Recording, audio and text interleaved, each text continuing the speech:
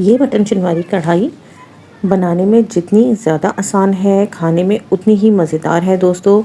और बहुत ही कम इंग्रेडिएंट से बहुत ही ज़्यादा जल्दी से बन के रेडी हो जाती है। इसको खाने के लिए बड़े बड़े रेस्टोरेंट्स में हम जाते हैं, लेकिन पूरी गारंटी है कि अगर आपने एक दफ़ा इस मटन चिनवारी कढ़ाई को मेरे तरीके से बनाया तो बार बार बनाना चाहेंगे, क्योंकि ये आपको पसंद ही इतनी ज़्यादा आएगी, क्योंकि बहुत ही कम मेहनत से और बहुत ही ज़्यादा जल्दी से बन के रेडी हो जाती है। तो आइए रेसिपी को स्टार्ट कर लेते हैं दोस्तों।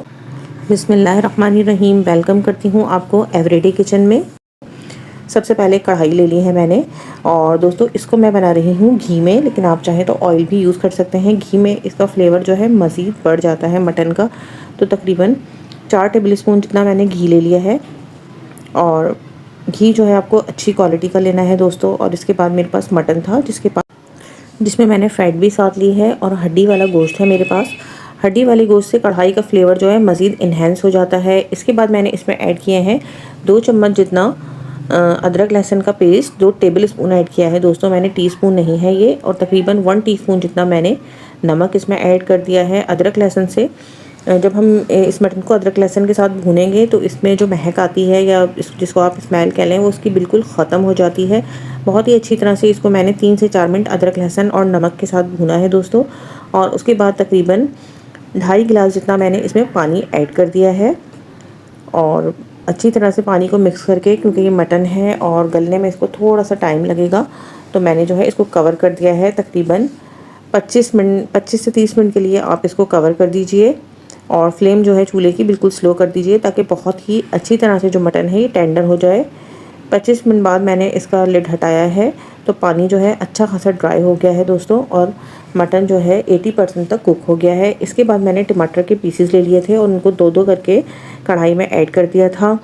और इसके बाद जो है मैंने कढ़ाई का लिड दोबारा से बंद कर दिया है तकरीबन 5 से 7 मिनट के लिए। 5 से 7 मिनट में टमाटर के छिलके देखिए बहुत ही अच्छी तरह से सॉफ्ट हो गए हैं। तो तमाम छिलके मैंने रिमूव कर दिए हैं कढ़ाई में से। छिलके ज़रूर रिमूव कीजिएगा, क्योंकि जब छिलके मुंह में आते हैं टमाटर के तो बिल्कुल भी मज़ा जो है कढ़ाई का ही किरकिरा सा हो जाता है, इसलिए छिलके ज़रूर हटाइए। इसके बाद मैंने टमाटर के साथ मटन को बहुत ही अच्छी तरह से भून लिया है। देखिए बिल्कुल मसाला बिल्कुल यकजान हो गया है। अब हम इसमें कुछ ड्राई मसाले ऐड करेंगे, क्योंकि बहुत ज़्यादा मसाले इसमें नहीं जाते। तो मैंने इसमें कुटी हुई काली मिर्च ऐड की है 1 टीस्पून।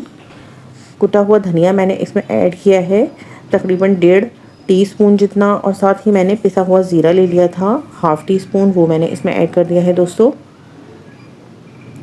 साथ ही मैंने हरी मिर्चें ली हैं बारीक कटी हुई, 4 से 5 तेज़ वाली हरी मिर्चें हैं वो इसमें ऐड की हैं। और इन तमाम मसालों और हरी मिर्चों के साथ मैंने गोश्त को दोबारा से बहुत ही अच्छी तरह से भून लिया है, और बहुत ही ज़बरदस्ती कढ़ाई बनके हमारी बिल्कुल रेडी है। इसके बाद मैंने लास्ट में इसको हरा धनिया, मोटी वाली हरी मिर्चें और अदरक के लच्छों से इसको गार्निश किया है।